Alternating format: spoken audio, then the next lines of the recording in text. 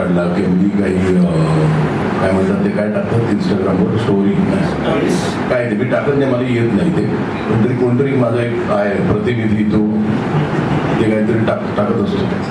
त्याच्यावर तुम्हाला आवडलं नाही आवडलं त्यावर ट्रोलिंग झालं तर माझं काही म्हणणं नाही. पण प्रत्येक वेळेला आमची आई, आमचे वडील, आमचे मुलं हे येतात त्याच्यावर मला राग आहे. आणि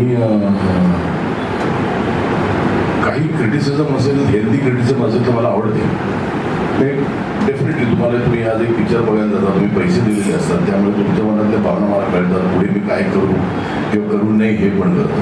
पण मी जे काम करतो की मी काही काय ते इंस्टाग्रामवर टाकतो त्याच्याशी माझी आई जाऊन आता झाली 15 वर्ष, तिचा विचारलं कशाला त्रास द्या. मग अशा वेळेला मी नाही करतो पसंत. मला वाटतं की तुम्ही एवढं सहन करता, आमच्या बायकोचं आणि माझं रोज भांडण असं तुम्ही रिॲक्ट होऊ नकोस.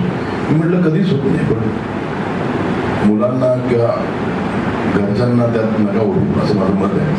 आणि त्याला एक सिम्पल एक कायदा येऊ शकतो, तुम्हाला कायम वाटतं की असे काही काय म्हणतात त्याला वल्गर मेसेजेस असतील किंवा शिवीगाळी असेल तर काही नाही त्यांना, ते फक्त मिळालं की त्यांना 2 महिने विदाऊट बेल जेलमध्ये टाकलं. असा रूल जरी काढला ना तरी बंद होते. त्याची केस पण नका करू द्या. आपल्याकडे काय झालं, कोर्टामध्ये केसेस एवढ्या राहिल्या की त्यामुळे ते नवीन अजून हे वाढू नये. पण कळलं तर काही नाही, 2 वर्षाची सजा नो बेल काय आहे. त्या भीतीमुळे हे बंद होईल. आणि आता कोणी काय नाव ठेवायचं म्हणजे ते चुकीचंच आहे, त्यांनी त्याला काय नाव ठेवायचं त्यांनी ध्यान घेतली, त्या JRD टाटाचं नाव आहे. पण ते चूक आहे ते चूक.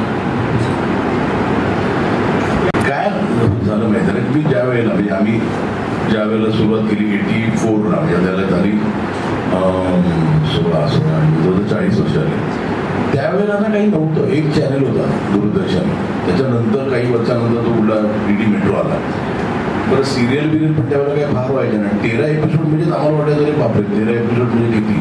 पण त्यामुळे काही फार ऑपॉर्च्युनिटीज नव्हत्या त्यावेळेला. पण आमच्या काळात त्यावेळेला सगळे मोठे मातब्बर नट थिएटरमध्ये पाय रोवून होते, म्हणजे सतीश जोशी, डॉक्टर लागू हे सगळेच त्यावेळेला होते. त्यामुळे आम्ही नवीन जी मुलं आलेलो म्हणजे मी, सचिन खेडेकर, अतुल परचुरे, सुनील बर्वे, आम्ही एकत्रच त्यावेळेला नाटक क्षेत्रात आलो अफलातून या नाटकात. त्यामुळे ना त्यावेळेला काम ॲज अन ॲक्टर मिळणं थोडा प्रयत्न केला, पण ते हिंदीत आपलं काही कुठे जायला मार्ग नव्हता, अप्रोच नव्हता.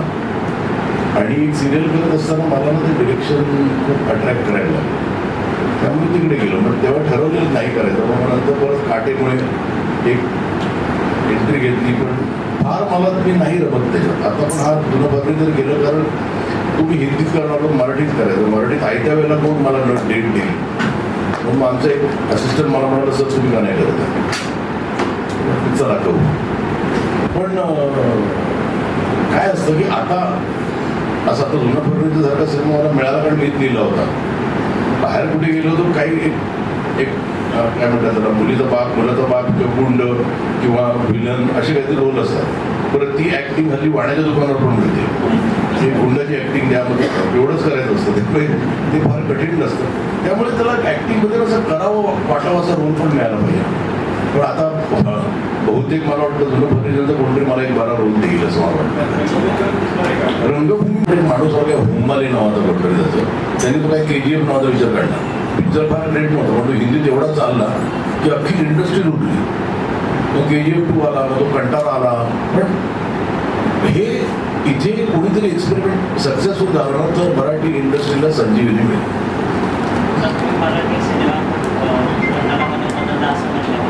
कन्नडामध्ये नाही मराठी सिनेमा पण आता बदलतोय, नाही माझं म्हणणं नाही, मराठीमध्ये कंटेंट चांगलाच आहे, आपण चांगलाच कंटेंट देतो. म्हणजे आज देशात कंटेंट देणारे 2च भाषा आहेत, एक तर मल्याळम आणि मराठी. चांगला कंटेंट देणारे, कंटेंटबद्दल मला काहीच आक्षेप नाही आहे, पण आपल्याकडे बजेट नाही. जर का मराठी पिक्चर हिंदीमध्ये चालायला लागला तर ऑटोमॅटिकली आज प्रोड्युसर समोर येऊन म्हणेल की अरे तू 3 कोटी नको म्हणून हे 10 कोटी घे, ऑटोमॅटिकली त्याला एक दर्जा प्राप्त होईल. आवडेल की मला सी त्याच्यात पण खूप लोक आहेत जी इन्व्हॉल्ड आहेत त्या अख्ख्या आमच्या फील्डमध्ये, ज्यांच्याकडे खरं बघितलं जाणं गरजेचं आहे. पण मी जर का सांस्कृतिक मंत्री झालो तर मी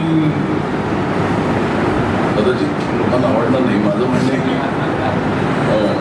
मी सबसिडी बंद करीन.